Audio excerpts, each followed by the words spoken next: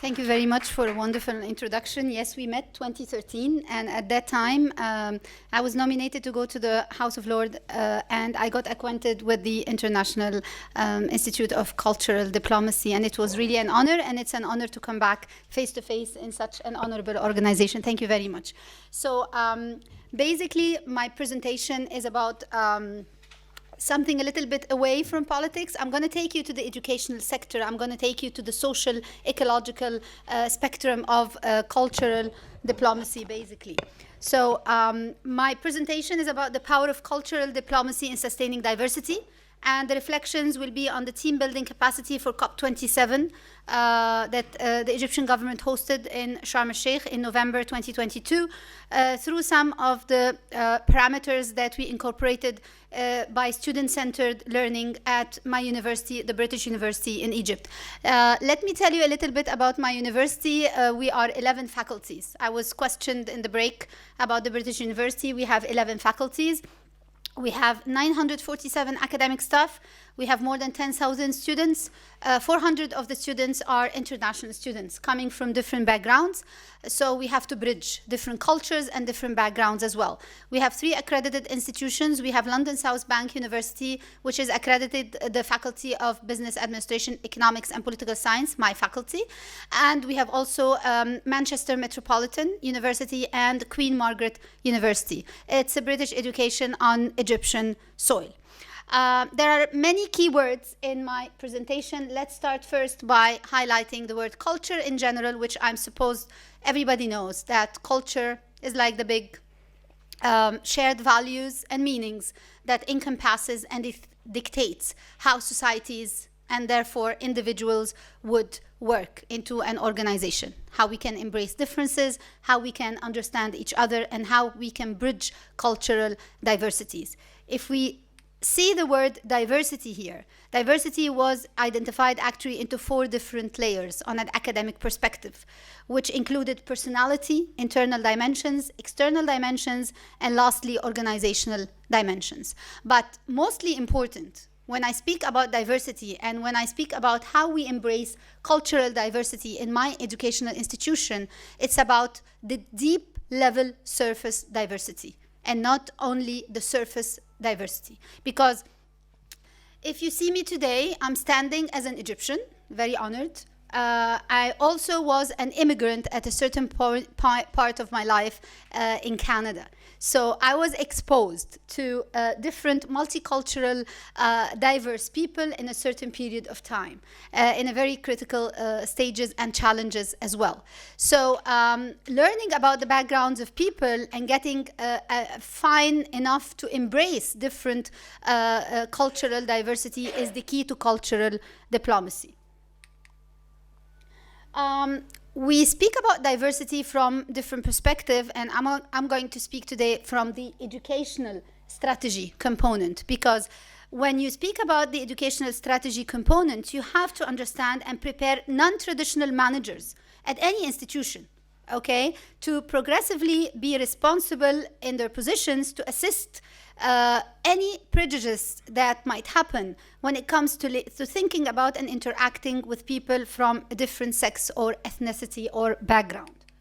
So cultural diplomacy, when I speak about cultural diplomacy as a general terminology, academically it's systems, traditions, values, beliefs, lifestyles, different features of society, uniqueness of spiritual, material, mental, and emotional constructs of a certain society. But usually there are some things which might gather several societies together, like the love of art, for example, or the love of music. Before coming here to Berlin, I was in Lisbon, attending the concert of Andrea Bocelli. And everybody from multicultural, from multi-diverse parts of the world were gathered to attend Andrea Bocelli. So there's a famous say, we could say that who understands the lyrics can understand the music. But I would say who can enjoy listening to the music, it doesn't matter the language, it doesn't matter the lyrics as well. And that's what different societies try to embrace. And I would love to tell you that the area where cultural diplomacy exists, it is something very interesting Think about cultural diplomacy in an academic terminology as a donut, where you have social foundation to any society, and then you have the ceiling. And the ecological ceiling to the environment as a whole, between this ecological ceiling and the social foundation, these two sets of boundaries lie the donut with shaped spaces that is both ecologically safe and socially just and fair. So when you feel that, you have this kind of democracy and you have this kind of diplomacy on a cultural perspective, you have to feel safe, socially just treated, and fair. And this is where cultural diplomacy could be the tool to embrace differences. There is another approach to cultural diplomacy, which is the international relation approach, and it takes cultural diplomacy as a tool of governance. And this is how we started embracing different educational perspectives into our organization.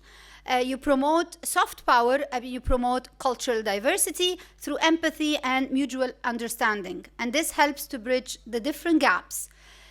When you transcend diversity and richness of each nation's culture, you build bridges and you establish connections with other nations. I'm very grateful to the time I spent in Canada, because the Canadian government's cultural diplomacy strategy emphasized the importance of inclusion.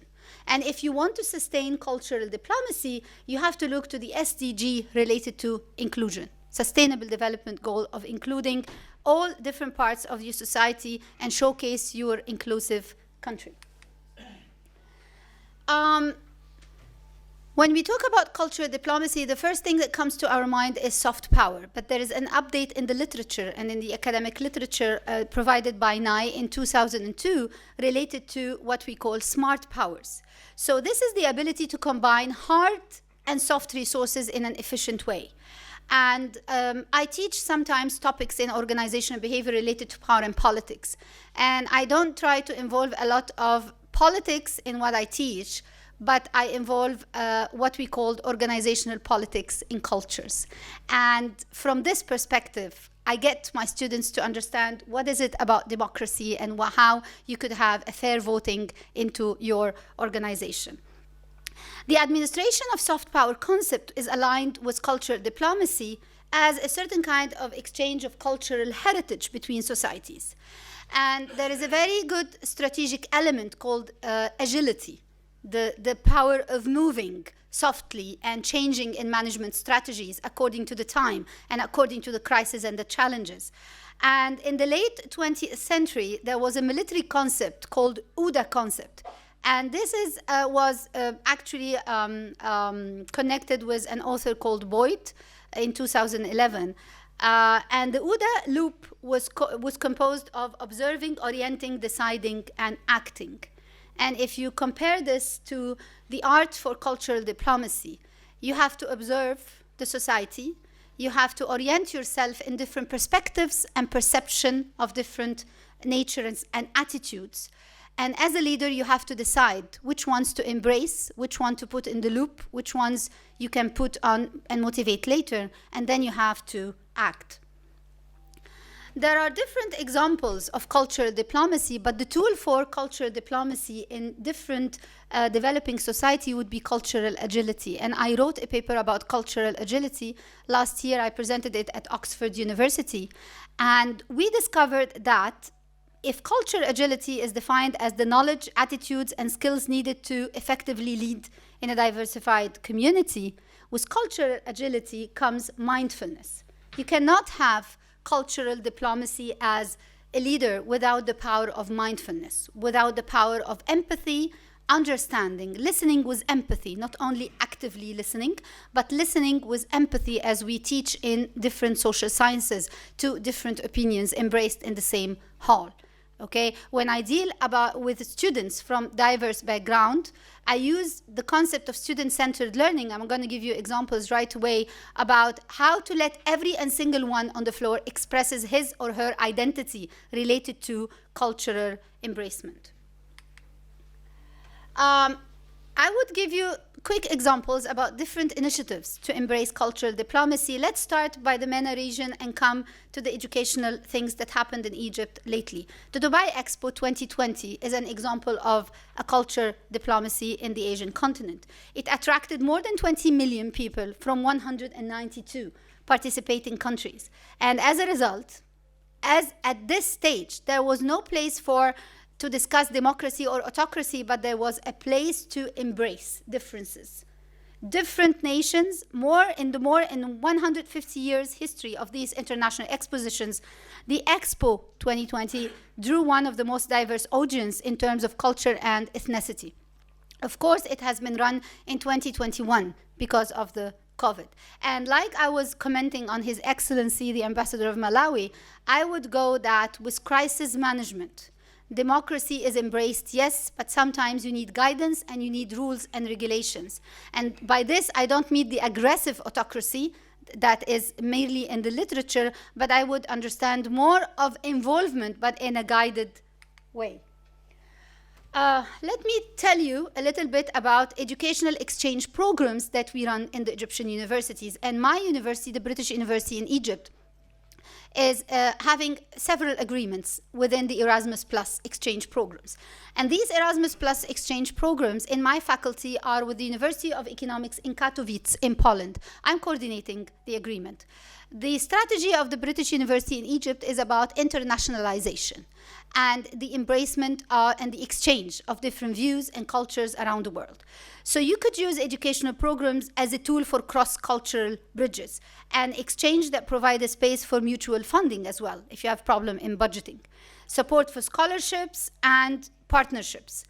It gives you more understanding of the societies around you, and many governments have established those kinds of programs. BUE encouraged international study and supported the exchange and mobility of students, scholars, and academics around the world. And we believe that experiencing another country firsthand experience provides an unparalleled opportunity for individuals to understand and engage with people from different cultures.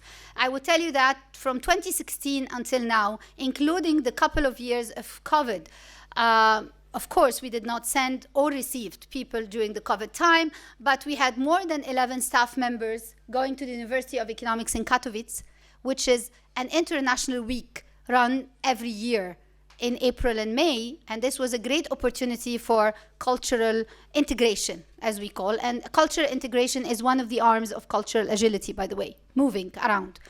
And basically, more than 10 master students have went for 6 months, stayed at the University of Economics in Katowice. Starting from 2022, we received backwards people from Poland, Polish professors coming to stay one international week in the Egyptian British University in Egypt. And also in 2023, this year, we had received another couple of professors. We embraced them, they come to our lectures, they exchange knowledge with the students, and it's a very good collaborative working week of networking. If we highlight the COP27, and I cannot speak, of course, with all the African members being here, but I'm open for comments. A culture diplomacy initiative in the African context of COP27, and this is something that we taught to our students, included the African Pavilion, which provided a platform for African countries to showcase their cultural heritage. Also, acknowledging the fact that Africa is trying to move from a supply-driven economy to a demand-driven economy. This is something that was highlighted to some of our students, changing the legacy, being more and more following the UN principles advocated in the 7th and the 8th principle of Global Compact, as businesses should support a precautionary approach to environmental challenges, climate change, and being in an environmentally friendly technology. The Egyptian initiatives in the COP27 took a part from the Ministry of Foreign Affairs and took another part on the educational institutions. We were highly involved as a British university in Egypt into the COP27 acknowledgement of the students. So as a signatory of the UN Framework Convention on Climate Change, Egypt had hosted the COP27 in Sharm el-Sheikh last November. Supported youth participation And we had something run called a simulation to COP27. So COP27 was run in Sharm el-Sheikh in November 22, starting April and May. We launched under His Excellency direction, the guru of climate change, the former Minister of Investment in Egypt, His Excellency Mahmoud Mohiuddin.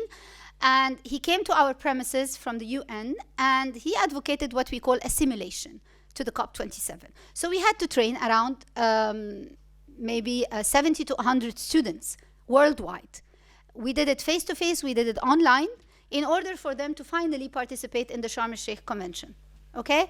And I myself, I trained 26 on public speaking skills, on soft skills, on communication skills, on the patterns of reflecting your background and your opinion to what you understand and what you seek about climate change. So all of this was done by how? What is the methodology? We teach them not only what to think, but how they think it. So we approached most of our students on campus by the student-centered learning approach. We motivate students to navigate through the learning storm. At the beginning of the semester, we tell them that it's a journey of education. Let's buckle up. There will be bumps, like what you experience in aeroplanes. And at the end, you will land. So at the end of the semester, when you land, you have the knowledge, the weapons, and the embracement of your differences together. We try to advocate what we say, linking industry to academics, through inviting throughout the semester an array of variety of guest speakers, either online or face-to-face. Of course, when they come face-to-face to the campus, they engage students more and more inside the lectures. So how and where do you see yourself in the future is a kind of question, we open-ended question for our students, in order that if you have African students, United States citizen students, people coming from every part of the world, they can come and speak a lot about themselves, and they try to bridge a cultural gap between their peers in the Egyptian community. We use gamification to communicate culture. We use games, role plays, in order to understand differences and in order to break the ice into our classrooms and lecture halls. One of the examples on the topic of perception, students were provided with self-reflected photos that explain their perception. Somebody would see the picture as a duck, the other one would see it as an old lady, the third one would see nothing at all. And then we start opening the discussion. We use videos, and usually we don't use the Arabic movies or the Arabic videos. We use videos that are internationally accepted from a bunch of youth, you know. The youth would think about The Devil Wears Prada in the socialization process, or Friends as a series regarding the strong solidarity or culture between friends, or even little games about little pharaohs to explain the idea of power and politics. When we get students into our campus for the first year, what we do actually and basically is the socialization week or the first week of orientation. And we teach them in a premature stage. Later on, they would have to get into the stage of what we call metamorphosis, like the butterfly, where she has wings and have to fly. And we tell them, the sky is your limit. Please involve, participate into the lecture halls. One of our last programs that we did was the exchange program Virtual X Culture in the Comparative International Management module. And this is a type of student-centered learning activity that was advocated by one of our colleagues.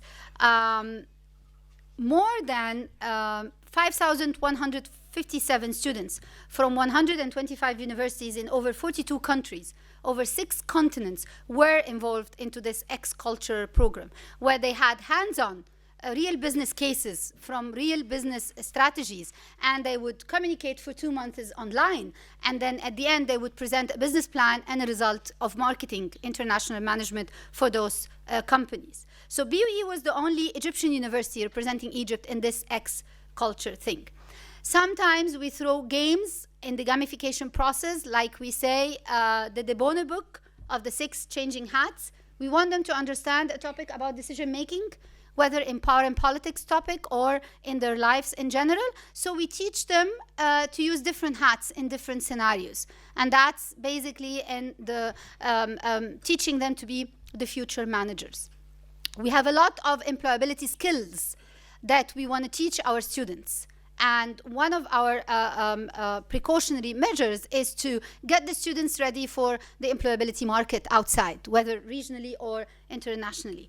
One of the examples was a pure comparison by one of the guest speakers who was working into the Egyptian multinational company between Egyptian people and the Japanese people. And we brought the gentleman to the floor in the lecture hall, and he was actually saying that these are features that he experienced during his managerial positions for the year of work. And we had a great discussion, and Japan and Egypt have long connections of diplomacy together, and it was really, really interesting. One of the things that we do is that we bring people online. The people who cannot, or the scholars or the speakers who cannot come physically, we bring them online. Dr. Banerjee was talking about her book, The Power of Positivity, and how to embrace different cultural entities into one simple community. Dr. Yahya Nawar from London South Bank was talking about leadership in the digital era and how digitalization and the tools of artificial intelligence come together in order to bridge gap between societies, because we have now been living in a global village as well. Last but not least, we had a renowned professor from the University of Alicante in conjunction with sharing best practices of student engagement. And she was on the floor for the module of leadership. And she talked a lot about her experiences as an expat, and she talked a lot about leadership in different communities and the student engaged. And at this time happens the melting point, where all the different backgrounds of students come together into one melting point. I want to learn, and I'm eager to know about the future. Okay, and this is one of the pictures that I truly cherish, because our dear students are getting the benefits from this culturally diplomatic educational institution, as I would call it my university, the British University in Egypt. Thank you very much. If you have any questions, I'm all yours.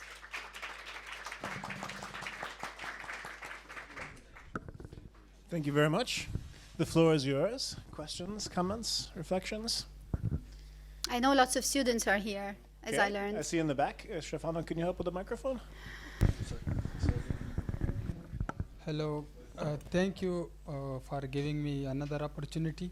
My question is that what the universities need to do that they find a way, an easy way for students to get admission and enroll in the university as soon as they can.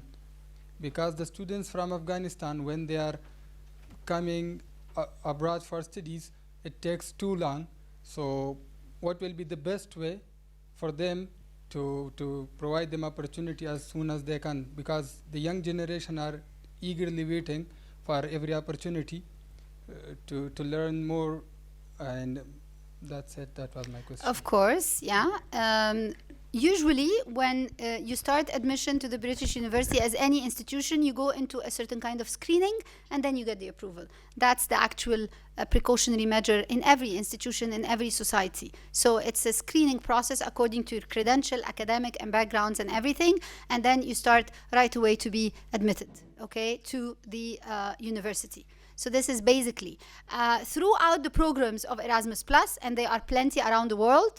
Now we are signing a new agreement. Our agreement with Katowice has been renewed, and we are signing a new agreement with another university in the Czech Republic, I think Latvia, something like that.